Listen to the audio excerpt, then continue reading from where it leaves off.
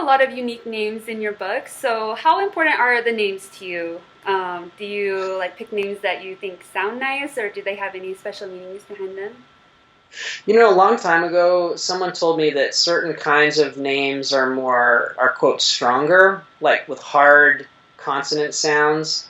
So in the end, I chose Drake as the main character in the book, and Jaina is the main female character. Yeah, I'm like really picky about names, and sometimes though I'm like I second guess myself later. I'm like, God, I shouldn't have named him this. I shouldn't have done that.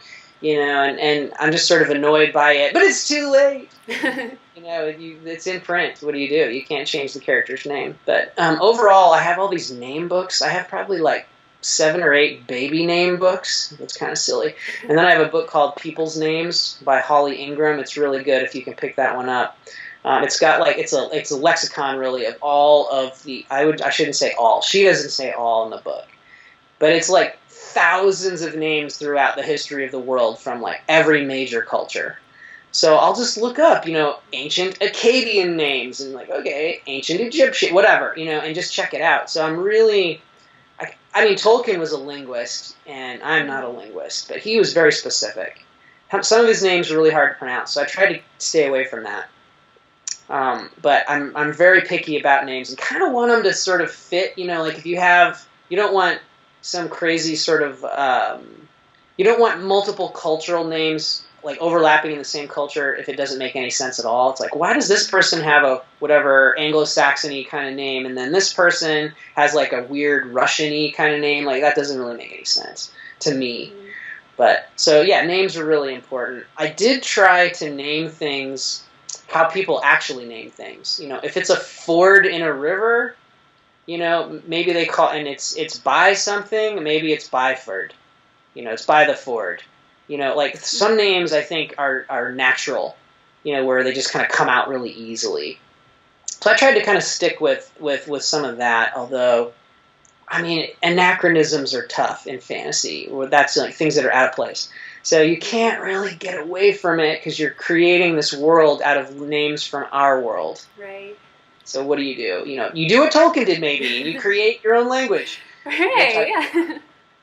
So I do have some archaic German in my novels, and I worked with some German speakers to try to like change the German so that if somebody read it, they'd be like, oh, that kind of sounds like archaic German.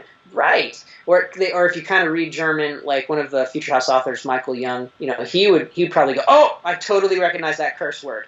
So the characters in your books have gone on so many adventures. So have you personally gone on any adventures? I definitely have. Nothing, I would say super dangerous like they have. Not very many life or death. There's been a few mountains that I've climbed, that are a little life and death. But aside from that, my dad used to take us out into the hills in Nevada where I grew up, like almost every weekend. And we go to these places with no roads, and we're off-roading in this special vehicle that he built.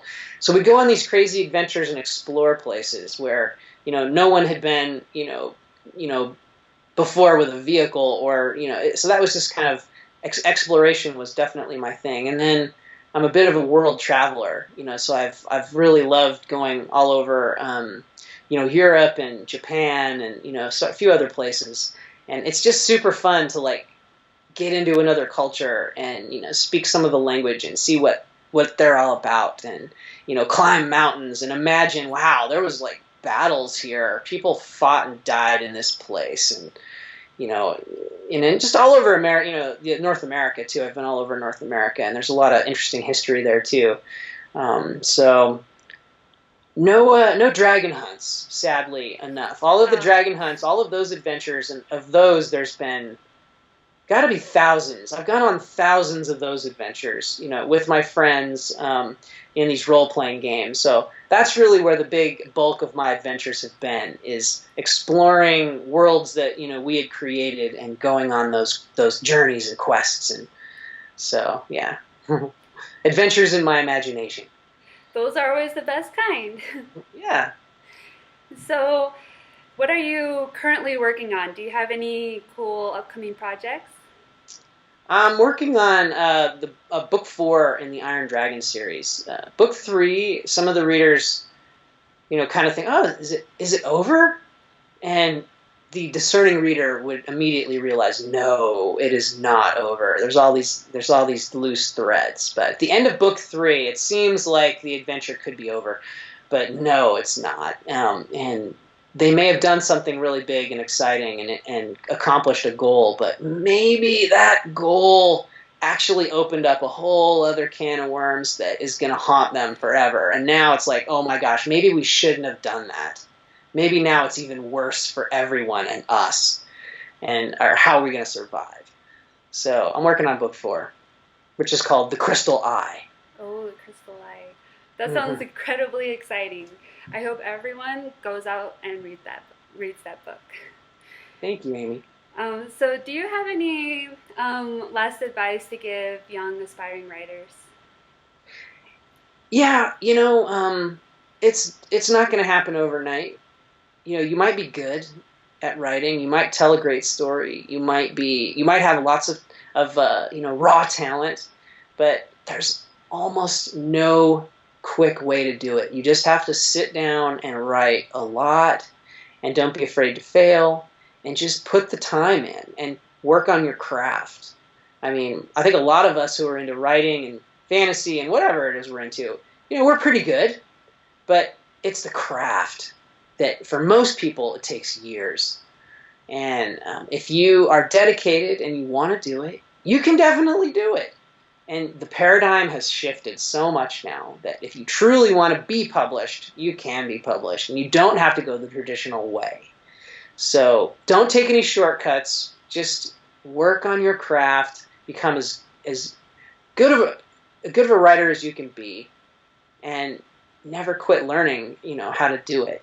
And just find inspiration in whatever you can find it in. For me, it's other writers and other works of art and movies and, anything, whatever inspires you, whatever gets you excited, do that. And don't let anybody tell you, you don't write this, don't write that. Just write what you want and write for yourself. Hopefully other people will like what you like.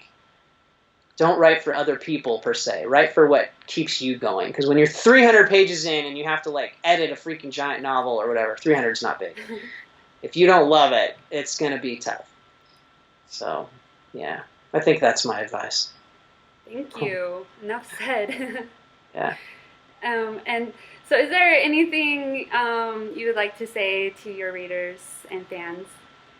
Thanks for watching if you got this far, and thank you, Amy, for doing the interview. And I hope that you'll go out and check out the Future Worlds,